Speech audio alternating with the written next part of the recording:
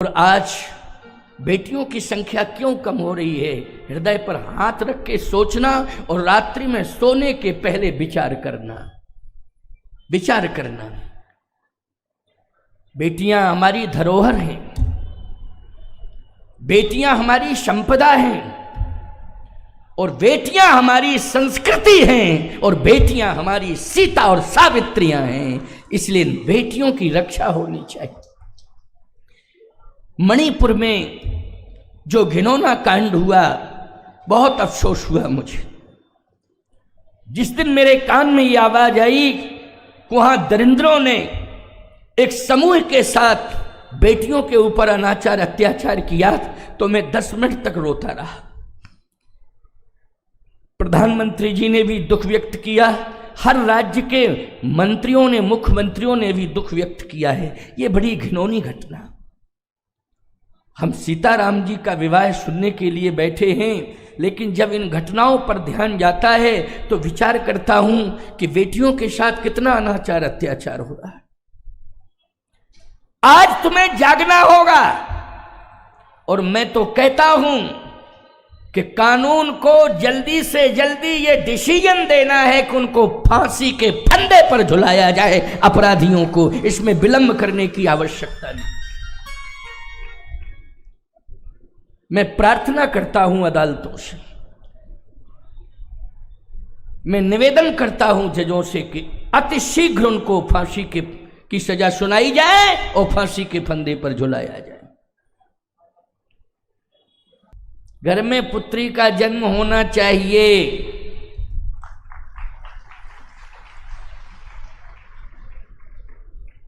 महाराज श्री जनक ने यही तो प्रार्थना की थी कि मेरे राज्य में अकाल की स्थिति बन रही है, इस अकाल को कैसे दूर किया जाए। तो संतों ने एक ही बात कही थी, जनक जी महाराज, इस अकाल को दूर करने के लिए अगर कोई आज परम सिद्धि है, जिस परम सिद्धि से ये अकाल दूर हो सकता है, वो केवल एकमात्र पुत्री है। उसके आशीर्वाद से ही अकाल दूर होगा। बोलो कितना बड़ा सुकृत है, कितना बड़ा पुण्य है, और पुत्री के अंदर कितनी बड़ी सिद्धि है कि उसके आते ही एक समस्या का समाधान हो रहा है।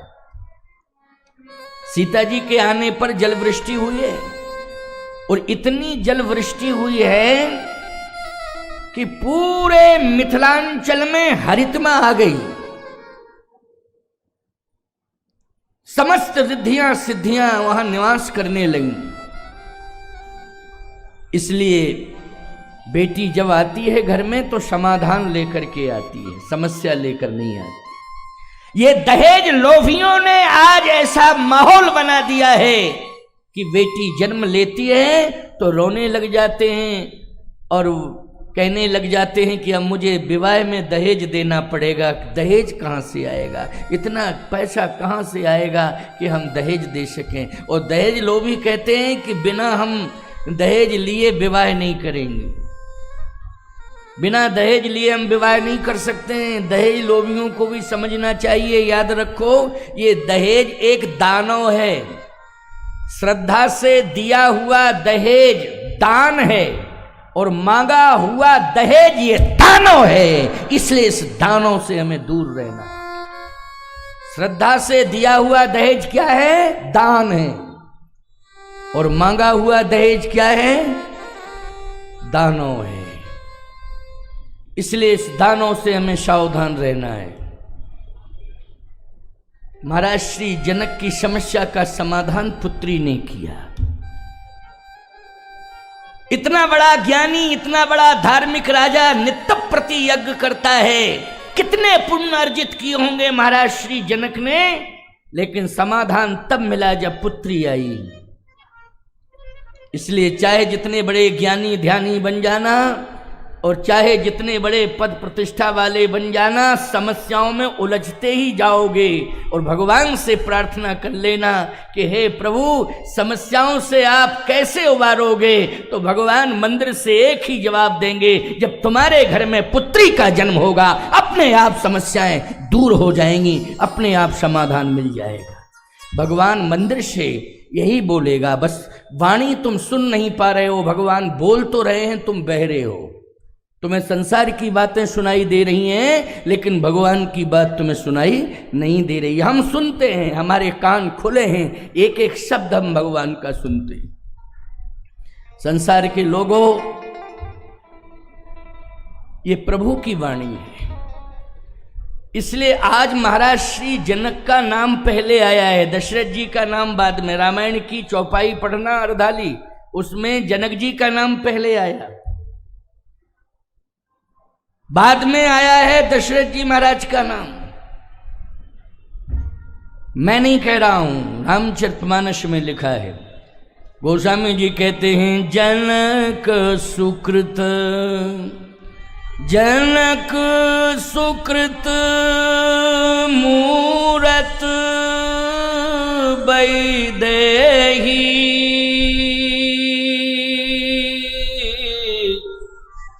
दशरथ सुकृति राम धर दे। महाराज श्री जनक का नाम पहले आया, जनक सुकृति हैं, इसके बाद दशरथ जी महाराज का नाम आया। तो विचारवान श्रोताओं, सुकृति कौन है? जिसको बेटी मिल गई है वो सुकृति है।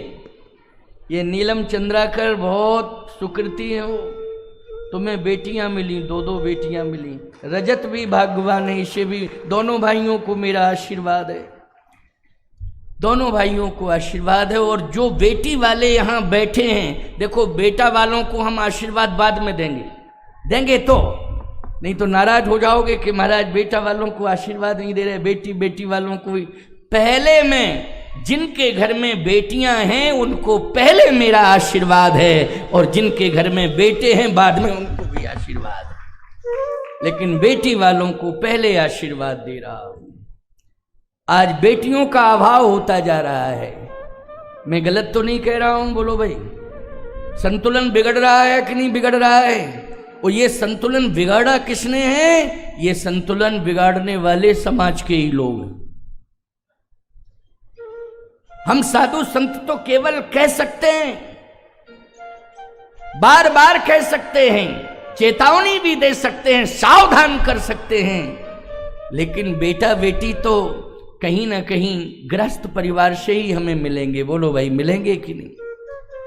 तुम सभी ने ही सीता को जन्म दिया है, तुम सभी ने राम को जन्म दिया है, तुम सभी ने सावित्री मदालसा को जन्म दिया है, तुम सभी ने संत तुलसीदास और कबीरदास को जन्म दिया है, स्वामी विवेकानंद को जन्म दिया है, समर्थ गुरु रामदास को जन्म दिया है।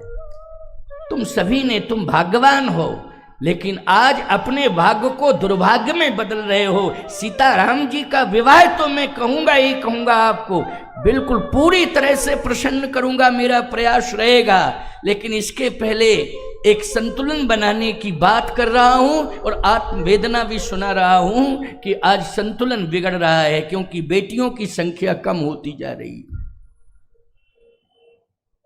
समाज बहुत बड़ा अपराध कर रहा है। ये भ्रूण हत्या सबसे बड़ा अपराध है, जघन्य अपराध है। और आज बेटियों की संख्या क्यों कम हो रही है? हृदय पर हाथ रख के सोचना और रात्रि में सोने के पहले विचार करना। बेटियां हमारी धरोहर हैं, बेटियां हमारी संपदा हैं, और बेटियां हमारी संस्कृति हैं, और बेटियां हमारी सीता और सावित्रियां हैं। इसलिए बेटियों की रक्षा होनी चाहिए।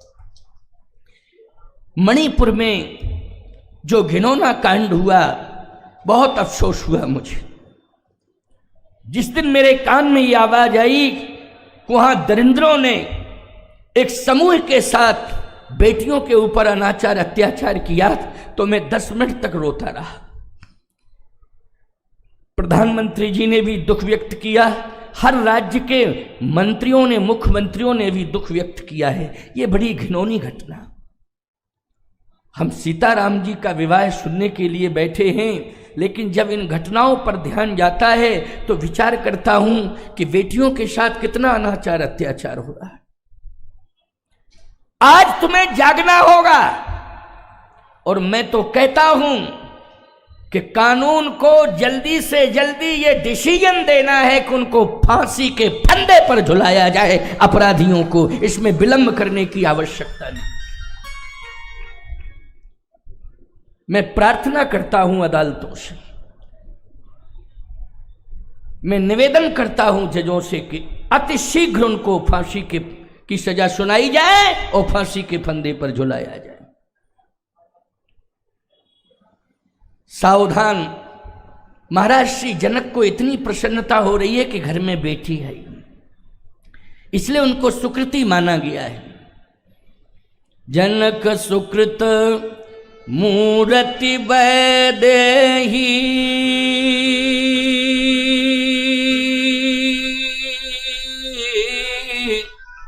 दशरथ सुकृति राम धरि दे। जनकपुर की महिमा क्या है? पुर नर नारी सुभग सुचि संता,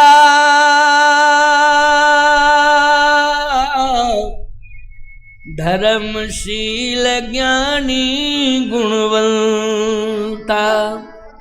जितने भी अबाल वृद्ध नर नारी हैं वो सब संत हैं।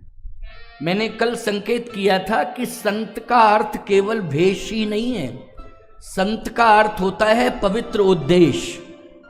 यदि पवित्र उद्देश्य आपका है तो आप संत हैं। मिथिला में जितने भी अबाल वृद्ध नर नारी रहते हैं सभी का पवित्र उद्देश्य है। इसलिए पुर नर नार सुभग सुचि संता, धर्मशील ज्ञानी गुणवंता। पवित्र उद्देश्य सभी का हो। इस राम कथा मंच से मैं आपको संदेश भी दे रहा हूं, आदेश भी कर रहा हूं, उपदेश भी दे रहा हूं। धर्माचार्य को आदेश देने का भी अधिकार है और संदेश देने का, उपदेश देने का, ये तीनों अधिकार हैं धर्माचार्य के पास। इसलिए पवित्र उद्देश्य होना चाहिए। धन्य है ये कुरुद नगर, आज एक तीर्थ बन गया है। बोलो बन गया कि नहीं? पुरुषोत्तम मास में क्या बन गया है? तीर्थ बन गया है। याद रखना, इसको तीर्थ देवताओं ने नहीं बनाया है, इसको तीर्थ कुरुद की जनता ने बनाया है। कुरुद क्षेत्र की जनता ने तीर्थ बनाया है और इसके लिए आशीर्वाद के अधिकारी हैं लीलम चंद्राकर और साथ ही साथ तारणी चंद्राकर, उनके बड़े भाई रजत चंद्राकर, उनकी धर्मपत्नी, पूरा परिवार, क्योंकि उन्होंने ये समाज को समर्पित किया है। ये पुरुषोत्तम मास किसको समर्पित किया है? पूरे समाज को समर्पित किया है और आज इस नगर को तीर्थ बना दिया है।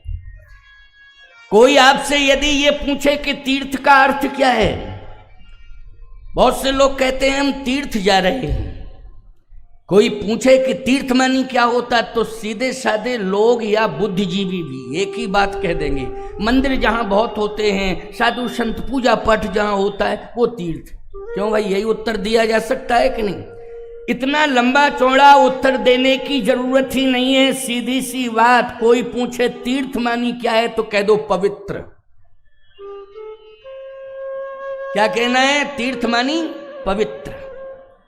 तीर्थ का अर्थ है ये, तीर्थ मानी पवित्र। जैसे एक जगह ही तीर्थ नहीं बन सकती, आपका हृदय भी तीर्थ बन सकता है, आपका जीवन भी तीर्थ बन सकता है। यदि आप अपने जीवन में पवित्र कार्य कर रहे हैं तो आपका जीवन तीर्थ बन गया है प्यारे। यही तीर्थ का अर्थ है। आपके हृदय में अगर पवित्र विचार हैं तो आपका हृदय तीर्थ है। इसलिए कुरुद नगर में पुरुषोत्तम मास में ये दिव्य रुद्राभिषेक और श्री राम कथा चल रही है। ये कुरुद नगर तीर्थ बन गया है प्यारे। इसलिए आज आप सबने श्रद्धा और विश्वास और भाव के कारण इसको तीर्थ बना दिया है। यही जीवन की सार्थकता है। ऐसा ही कार्य करना चाहिए। देवता भी, मैं कहता हूं, लोग कहते हैं कि अच्छा काम करोगे तो स्वर्ग मिलेगा, लोग कहते हैं कि अच्छा काम करोगे तो स्वर्ग पहुंचोगे। मैं कहता हूं अच्छा काम तुम कर रहे हो, स्वर्ग से देवता उतर करके क्रुद्ध की धरती पर आ गए हैं। इससे बड़े सौभाग्य की बात और क्या हो सकती। देवता ही स्वर्ग से उतर कर आ गए।